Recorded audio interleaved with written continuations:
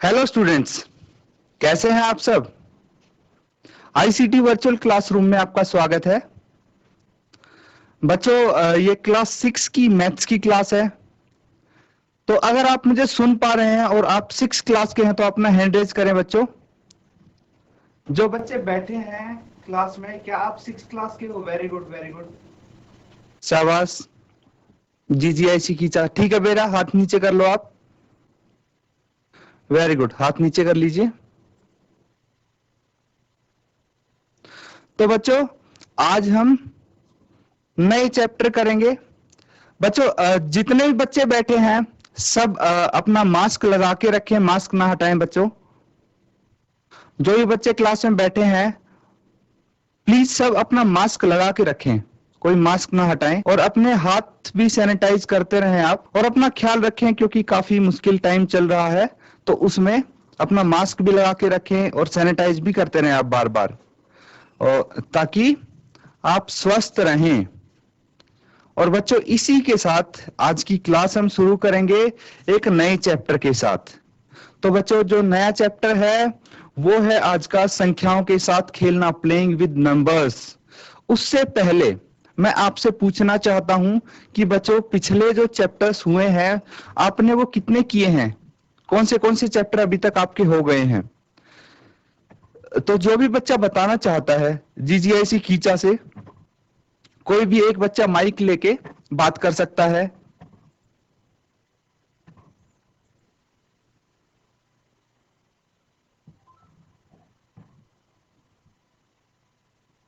बच्चों, आप अपना माइक अपने हेलो। पास रखें, साथ में रखें क्लास में। Hello, yes ma'am.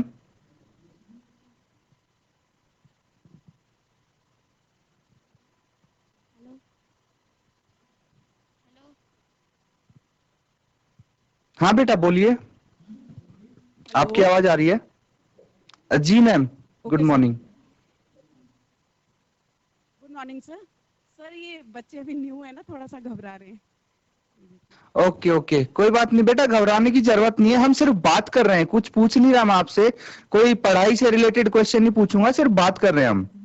बात कर सकते हो आप, घबराने की जरूरत नहीं है। Good morning sir. तो बेटा, नाम बताइए अपना, क्या नाम है आपका? चित्रा। चित्रा। चित्रा। वेरी गुड बेटा, शाबाश। तो बेटा, आपकी पहली क्लास है या इससे पहले भी आए हो आप क्लास में? सर ये फर्स्ट क्लास है। वेरी गुड, शाबाश, बहुत अच्छे। तो बच्चों, आप अपना ध्यान रखो, ठीक है। अभी आपको पता है कोरोना का समय चल रहा है, तो सबको अपना ध्यान रखना है, मास्क लगा के रखना है और सैनिटाइज करते रहना है बार बार। आपको ये चीज तो पता ही होगी, अब तक काफी समय हो चुका। तो मैं यही बोल रहा हूँ चित्रा बेटा, आपको भी, और आप बाकी बच्चों को भी यही बोलें कि सब अपना ध्यान रखें, ठीक है बेटा। Okay sir. तो शाबाश बेटा, ठीक है। तो अब हम स्टार्ट करते हैं अपनी क्लास। और आज का जो नया चैप्टर है, हमारा नया टॉपिक है, उसी के साथ क्लास स्टार्ट करेंगे। आपको कोई परेशानी नहीं होने वाली, कोई प्रॉब्लम नहीं होने वाली, क्योंकि नए सिरे से ये चैप्टर हम शुरू कर रहे हैं, एकदम न्यू चैप्टर है। तो आप ध्यान से पढ़ेंगे बच्चों, पहली क्लास में ही आप चीजें अच्छे से सीख के चलेंगे तो आगे वाले आने वाले लेक्चर्स में आपको कोई परेशानी नहीं होने वाली, क्योंकि आपको बेसिक्स अच्छे से आते होंगे। तो इसीलिए मैं बोलता हूं कि बस क्लास में जो 30 मिनट क्लास चलती है उसमें अगर आप ध्यान दे लेंगे, अच्छे से पढ़ लेंगे, तो उसके बाद आपको कोई परेशानी नहीं होगी। कोई आपसे कुछ भी क्वेश्चन पूछेगा उस चैप्टर का, आसानी से आप जवाब दे देंगे। तो चलिए बच्चों, अपना स्मार्ट बोर्ड पे चलते हैं और चैप्टर स्टार्ट करते हैं।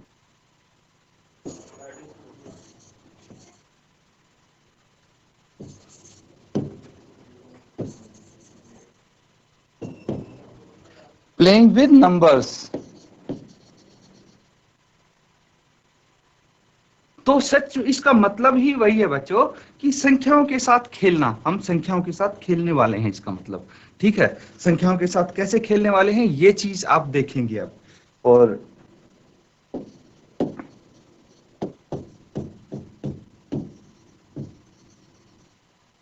सबसे पहले जो आज हम टॉपिक करने वाले हैं उसका हम नाम लिखेंगे। तो जो पहला आज का टॉपिक है उसको हम बोलते हैं गुणनखंड।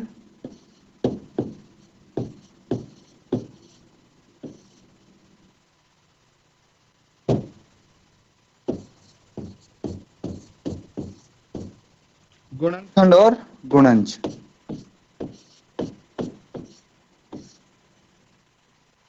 गुणनखंड और गुणज मतलब बच्चों, इसको हम इंग्लिश में क्या बोलेंगे?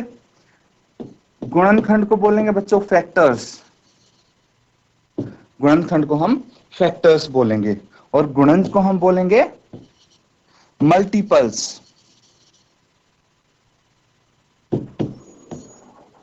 तो फैक्टर्स एंड मल्टीपल्स के बारे में आज हम सीखने वाले हैं। तो अगर किसी भी बच्चे को पता हो कि फैक्टर्स क्या होता है, मल्टीपल्स क्या होता है बच्चों, तो आप अपना हाथ खड़ा कर ले, हैंड रेज कर ले बच्चों। सिस्टम के माध्यम से हैंड रेज करेंगे तो आप बता सकते हैं, अगर कोई भी बताने के इच्छुक हो तो। ठीक है, किसी को पता हो इसके बारे में, थोड़ा बहुत भी आइडिया हो तो बिल्कुल आप बता सकते हैं अपनी चीजें। अब देखिए यहां पे, नहीं तो मैं एक्सप्लेनेशन शुरू करता हूं इसकी कि क्या होते हैं फैक्टर और क्या होते हैं मल्टीपल्स। तो देखिए बच्चों, अगर मैं एक संख्या लेता हूं, उदाहरण से आप थोड़ा बेहतर समझेंगे, अच्छा समझेंगे। तो मान लीजिए ये 6 है, 6 है, ठीक है। तो ये बताइए कि ये किस किस से डिवाइड हो सकता है, कौन से नंबर से डिवाइड हो सकता है? एक से तो सारी संख्याएं डिवाइड होती हैं, ठीक है बच्चों। तो ये 2 से और 3 से भाग किया जा सकता है, किया जा सकता है। 2 तिया 6, 3 दूनी 6 हो जाता, पूरा पूरा भाग हो जाता है। तो 6 को हम 2 से और 3 से भाग कर सकते हैं। या फिर हम ये बोल सकते हैं कि 6 के जो फैक्टर्स हैं वो कौन से हैं? 6 के फैक्टर हैं 2 और 3। ये क्या है? ये फैक्टर है बच्चों।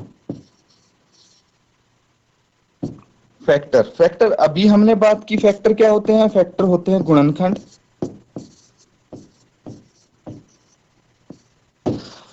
बच्चों ये बिल्कुल बेस, आपका बेस बन रहा है, इसी के आधार पे आप क्वेश्चन कर पाएंगे इस चैप्टर के। तो इसीलिए इस चीज को आप ध्यान से देखें, तभी आप आगे की चीजें कर पाएंगे। तो 2 और 3 क्या हो गए? यहाँ पे फैक्टर हो गए। मतलब फैक्टर क्या होते हैं? कोई भी नंबर, ध्यान से सुनना बच्चों, कोई भी संख्या, ठीक है, मतलब 6 के फैक्टर्स क्या हो जाएंगे? जो 6 को भाग करते होंगे वो इसके फैक्टर हो जाएंगे। तो क्या क्या फैक्टर होंगे? 1, 2, 3, ये सब इसके फैक्टर होंगे बच्चों, ठीक है, किसके? 6 के। अब देखिए फैक्टर यानी गुणनखंड। तो इनको अगर हम डिवाइड करते हैं तो ये, अगर किसी भी नंबर से कोई संख्या 6 पूरा पूरा भाग हो जाता है तो वो संख्याएं फैक्टर्स होगी उसकी, ठीक है। और 6 क्या हो गया बच्चों? 6 को हम बोल सकते हैं 2 और 3 का, 2 और 3 का गुणज, 2 और 3 का गुणज इसको हम बोल सकते हैं, यानी मल्टीपल। गुणज मतलब मल्टीपल, अभी हमने बात की थी। तो ये चीज आपको समझ में आ गई होगी कि फैक्टर्स क्या होते हैं और मल्टीपल्स क्या होते हैं बच्चों। मल्टीपल मतलब कोई भी संख्या है, ठीक है। जैसे 2 के मल्टीपल क्या क्या हो सकते हैं? 2 के मल्टीपल कौन से हो सकते हैं? 2 के टेबल में, 2 के पहाड़े में जो जो नंबर आते हैं वो 2 के मल्टीपल हो सकते हैं। जैसे 2 दूनी 4, 2 तिया 6, 2 चौके 8, 2 पंजे 10, ये सब इसके मल्टीपल हैं और आगे तक चले जाते हैं, ठीक है बच्चों। बहुत सारे इसके मल्टीपल हो सकते हैं। 3 के मल्टीपल, 3 के गुणज क्या हो सकते हैं? 3 के पहाड़े में जो आते हैं, 3 एकम 3, 3 दूनी 6, 3 तिया 9, 3 चौके 12, 3 पंजे 15, और ये आगे तक ऐसे चल सकते हैं। तो ये सब गुणज होते हैं, ठीक है बच्चों। और फैक्टर्स या गुणनखंड की बात करें तो गुणनखंड और फैक्टर्स क्या हो सकते हैं? जैसे 10 है, 10 के गुणनखंड क्या हो सकते हैं? जिन जिन संख्याओं से 10 पूरा पूरा भाग होता है वो 10 के गुणनखंड हो गए। जैसे 2 और 5, ये 10 के गुणनखंड हो गए, ठीक है बच्चों। एक तो हर नंबर का होता है। अब देखिए, गुणनखंड और गुणज आपको पता लग गया, फैक्टर्स एंड मल्टीपल्स। अब इसके कुछ हम रूल्स के बारे में पता करते हैं कि क्या क्या इनके रूल्स होते हैं। ठीक है, गुणनखंड और गुणज के। तो जो सबसे पहला रूल आता है वो ये आता है बच्चों कि जो एक है,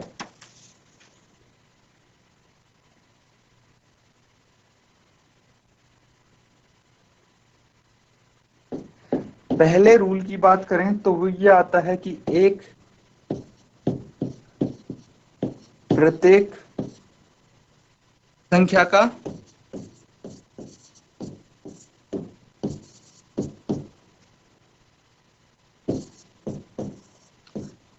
एक गुणनखंड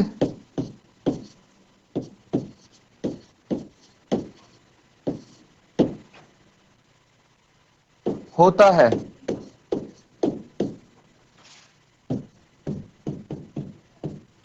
तो बच्चों अभी हम ये चीज देख रहे थे कि एक तो हर संख्या का गुणनखंड होता है। अभी हमने ये चीज पढ़ी थी, बोली थी मैंने ये बात आपको कि एक प्रत्येक संख्या का गुणनखंड हो सकता है। ठीक है बच्चों, क्योंकि एक से तो हर संख्या भाग हो सकती है पूरी पूरी, इसीलिए एक प्रत्येक संख्या का गुणनखंड है।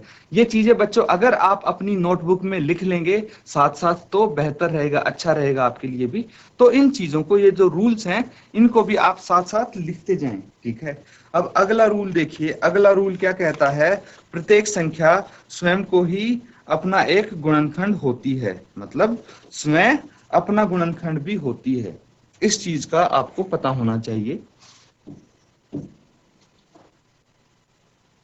तो क्या बोल सकते हैं हम, प्रत्येक संख्या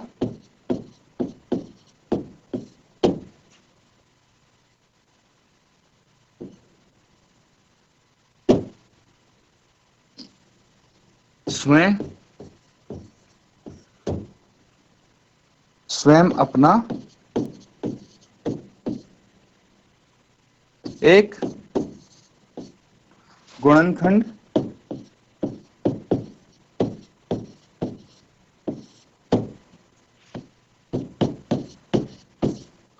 होती है। तो बच्चों प्रत्येक संख्या अपना एक गुणनखंड होती है, इसका मतलब ये है कि जैसे हम बात कर रहे थे तीन की, ठीक है, तो तीन क्या है, तीन तीन से तो पूरा भाग होता ही है। अगर तीन को हम तीन से भाग करेंगे तो ये पूरा पूरा भाग होता है, तीन एकम तीन, जीरो बच जाता है। तो तीन मतलब कोई भी संख्या ले लो, तीन नहीं, पांच ले लो, चार ले लो, छह ले लो, हर एक संख्या अपने आप से पूरा पूरा भाग होती है। और जो संख्या जिस नंबर से पूरा पूरा भाग हो वो क्या हो जाती है, उसके गुणनखंड हो जाते हैं। मतलब प्रत्येक संख्या अपने आप का गुणनखंड तो है ही। देखो अब दो चीज होगी यहाँ पे, एक तो प्रत्येक संख्या एक का गुणनखंड है और एक अपने आप का। तो हर संख्या इन दो चीजों का गुणनखंड तो हो गई। मतलब हर एक संख्या के जितनी भी संख्याएं होती हैं उनके दो गुणनखंड तो आपको मिलेंगे ही। ठीक है बच्चों, एक्सेप्ट फॉर वन, क्योंकि एक का एक ही गुणनखंड हो पाएगा। अब देखिए नेक्स्ट रूल जो हम करते हैं बात, कि एक दी हुई संख्या को गुणनखंडों की संख्या परिमित होती है। ठीक है, कि अगर गुणनखंडों की बात करें हम किसी भी संख्या की तो वो परिमित होगी। परिमित मतलब फाइनाइट। अभी हम उस चीज को थोड़ा सा डिटेल में पढ़ेंगे। इसको आप लिख लें एक बारी, एक दी हुई संख्या के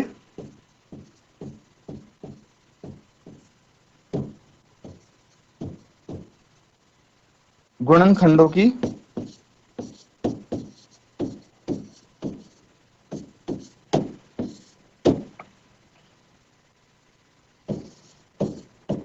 संख्या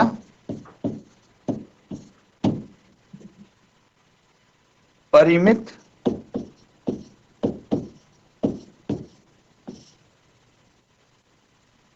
परिमित मतलब बच्चों फाइनाइट होती है। तो बच्चों जो ये मैं रूल्स लिखवा रहा हूँ ये मत समझना कि ये कोई काम के नहीं आपके, ये बहुत ज्यादा काम के हैं। और ऐसा नहीं कि ये छठी क्लास में आपके काम आएंगे, अगली बड़ी क्लासेस में जाओगे तब तक ये काम आएंगे। तो ये बहुत जरूरी है, इनको आप ध्यान से पढ़ें और ध्यान से लिखेंगे आप इनको। तो इसका मतलब बोलने की ये कोशिश कर रहे हैं हम कि जो भी गुणनखंड हैं उनकी संख्या परिमित होती है, ठीक है। तो कोई भी संख्या है, मान लीजिए हम संख्या 12 है, इसके गुणनखंड कितने हो सकते हैं, क्या आप गिन के बता सकते हैं? 1 2 3 4 यही होंगे, और एक 6 हो जाएगा। तो कितने गुणनखंड हो गए? गिनेंगे तो हम 1 2 3 4 5, 5 गुणनखंड हो गए 12 के। तो हम गिन सकते हैं इनको कि 5 हैं। तो एक परिमित है इनकी संख्या, जो भी गुणनखंड है। 12 नहीं, आप कोई भी संख्या ले लो, 100 ले लो, 12,000 ले लो, 12 लाख ले लो, किसी भी संख्या के आप गुणनखंड निकालेंगे तो फाइनाइट होंगे, परिमित होंगे, एक मतलब नंबर होगा जो हम गिन सकते हैं, ठीक है। तो ये चीज आपको ध्यान रखनी है। अब इसके बाद जो अगला रूल आता है वो ये आता है कि एक दी हुई संख्या के गुणनजों की संख्या अपरिमित होती है, इनफाइनाइट होती है, ठीक है बच्चों। ये चीज आपको ध्यान रखनी है। अब किसकी बात कर रहे हैं हम कर रहे हैं गुणनजों की बात।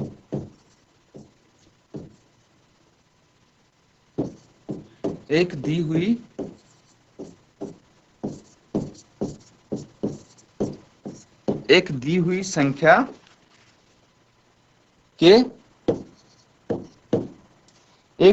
संख्या के गुणनजों, गुणज मतलब पता है बच्चों आपको, मल्टीपल्स होता है। तो इनकी संख्या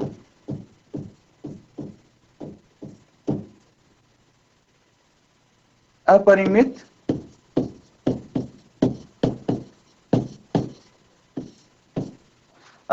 मतलब बच्चों इनफाइनाइट। इनफाइनाइट मतलब जिसको हम गिन ना सकें, बहुत ज्यादा हो जो, तो वो अपरिमित होगी, इनफाइनाइट होगी। तो जो गुणज होते हैं वो अपरिमित होते हैं, ठीक है। जैसे हम एग्जाम्पल से समझते हैं, ठीक है। अब 2 की बात कर लेते हैं। एक संख्या 2 है, ठीक है। तो इसके क्या क्या गुणज हो सकते हैं 2 के? 2 हो सकता है 4 6 8 10 12, और ये कहां तक जाएगा? बता सकते हैं कि कितने इसके गुणज हैं? कोई काउंट करके बता सकता है? ये तो देखिए 1 2 3 4 5 6 7, 14 7 हो जाएगा, और 16 8 हो जाएगा, ऐसे कर करके कहां तक जाएंगे? तो आप इनको गिन नहीं सकते, इसीलिए यहाँ पे बोल दिया गया है कि एक दी हुई संख्या के गुणनजों की संख्या अपरिमित होती है, इनफाइनाइट होती है। तो ये चीज भी आपके लिए जरूरी है। दूसरा है कि गुणनखंड या तो संख्या के बराबर होंगे या उससे छोटे होंगे। हाँ, अब ये भी जरूरी है। अभी तक हम गुणनजों की बात कर रहे थे, गुणनखंड हमने किए थे बच्चों कि देखिए गुणनखंड यानी फैक्टर्स। तो फैक्टर्स कोई भी संख्या हो गई तो एक इसका फैक्टर 12 भी होगा बच्चों। तो इसमें देखिए आप, इसकी मदद से आप समझ पाएंगे कि गुणनखंड है उसमें या तो गुणनखंड जो संख्या दी गई उसके बराबर होगा या उससे छोटे होंगे, ठीक है। तो 12 से कोई बड़ा गुणनखंड दिख रहा है आपको? 12 का नहीं दिख रहा है, इसीलिए हम इस चीज को बोल सकते हैं कि जो गुणनखंड है उसकी या तो संख्या के बराबर होंगे या संख्या से छोटे होंगे। तो इसको भी आप लिख लेंगे।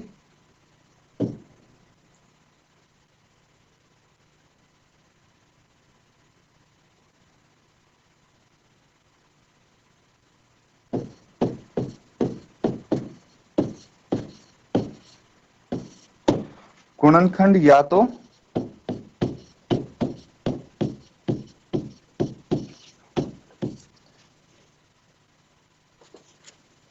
तो संख्या के बराबर होंगे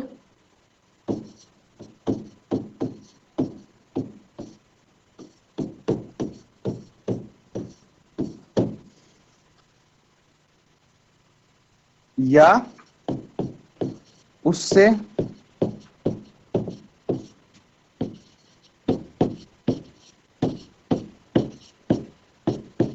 छोटे होंगे।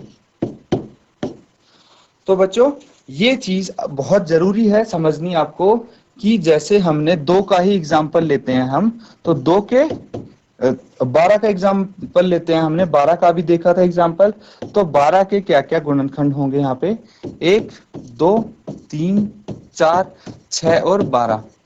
तो आप इसमें देख सकते हैं कि 12 के जो संख्या हमसे पूछी गई है जिसके गुणनखंड, उसके या तो बराबर है गुणनखंड या उससे छोटा है। कोई 12 से हमें बड़ा गुणनखंड यहाँ पे नहीं दिख रहा। बस यही चीज यहाँ पे एक्सप्लेन करने की कोशिश की जा रही है। तो आप इसको ध्यान से लिखें। अब आखिरी पॉइंट है,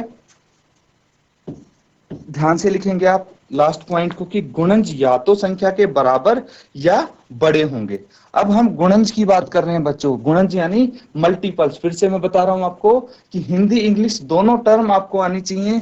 तो गुणज यानी मल्टीपल्स होते हैं, और जो गुणनखंड है उसका मतलब फैक्टर होता है। तो अब हम गुणज की बात कर रहे हैं। तो यहां पे बोला गया गुणज या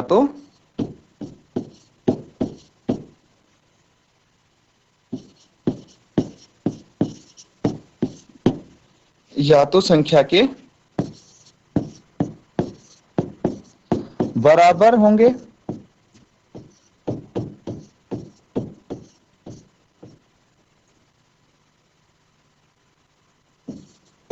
या उससे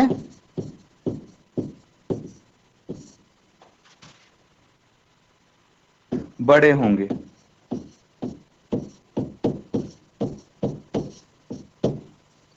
तो बच्चों यही चीज है कहने की। जैसे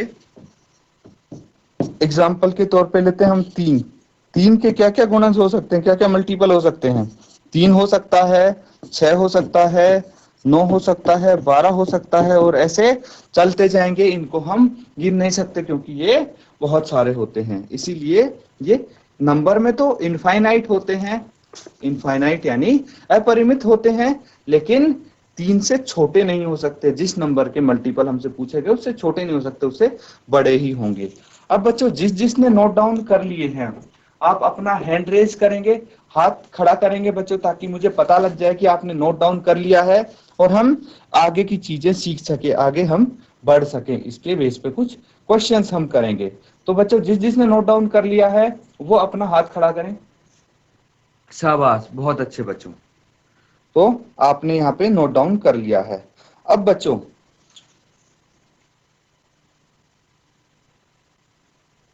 हम इसके आधार पे क्वेश्चन करते हैं।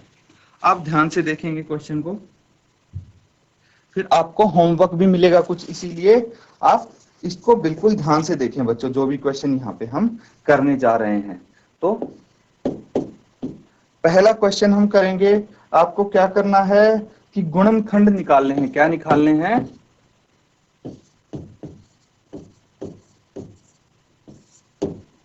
गुणनखंड लिखिए।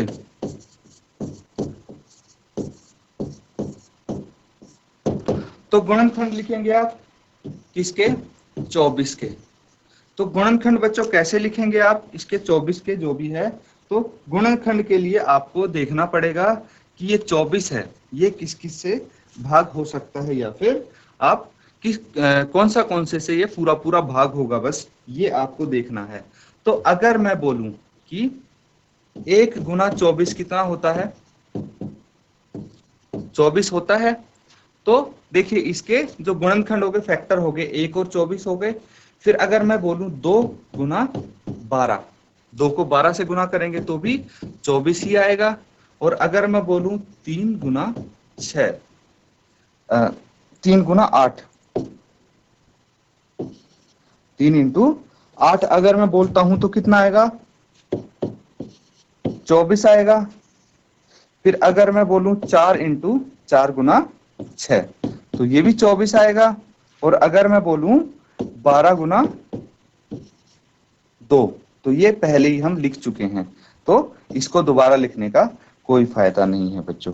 तो देखिए कि क्या और कोई भी नंबर है जिसको हम गुना करके 24 ला सकते हैं, मल्टीप्लाई करके 24 ला सकते हैं, और जो यहाँ पे नहीं लिखा अभी तक?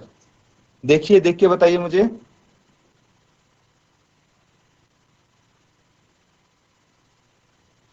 तो क्या आपको और कोई नंबर दिख रहा है, और कोई संख्या दिख रही है जिसको हम मल्टीप्लाई करके आपस में 24 ला सकते हैं? तो इन दोनों को गुना करके हम 24 ला रहे हैं, मतलब इन दोनों से 24 पूरा पूरा भाग होता है, यही मतलब हुआ। तो हम क्या बोल सकते हैं, जो भी ये नंबर्स यहाँ पे आपको दिख रहे हैं ना बच्चों, जो भी नंबर्स यहाँ पे दिख रहे हैं वो सब क्या हैं, वो इसके गुणनखंड हैं। तो आप लिख सकते हैं कि इसके गुणनखंड क्या क्या होंगे। इसके गुणनखंड एक होगा, देखिए ये एक इसका गुणनखंड है 24 है, 2 है, 12 है, 3 है, 8 है, 4 है और 6 है। तो अगर मैं इसके बाद लिखूं 6 इंटू 4, एक ही बात है ना, 6 गुना 4 या 4 गुना 6, तो एक ही चीज तो हुई। तो इसीलिए हम इसको अलग से नहीं लिखते बच्चों, बस इसके डायरेक्ट हम गुणनखंड लिख देंगे। क्या क्या गुणनखंड होंगे 24 के? एक हो गया, 2 हो गया, 3, 4, 6, 8, 12 और 24, ये बच्चों इसके गुणनखंड होंगे। तो देखिए आप काउंट कर लीजिए कि कितने गुणनखंड यहाँ पे हमें प्राप्त हुए हैं, कितने गुणनखंड हमें मिले हैं बच्चों। तो आप देखेंगे कि इसके गुणनखंड हमें 8 गुणनखंड मिले हैं। कितने मिले हैं? 8 गुणनखंड मिले हैं। अब बच्चों आपके लिए मैं कुछ होमवर्क देने जा रहा हूं जो आप करेंगे। आपको क्या करना है, गुणनखंड ही निकालने हैं सबके। क्या निकालने हैं? गुणनखंड निकालने हैं। जो मैं नंबर्स देने जा रहा हूं उनके आप गुणनखंड निकालेंगे। जैसे 15 है, 15 के आप गुणनखंड निकालेंगे। फिर 21 के निकालेंगे गुणनखंड।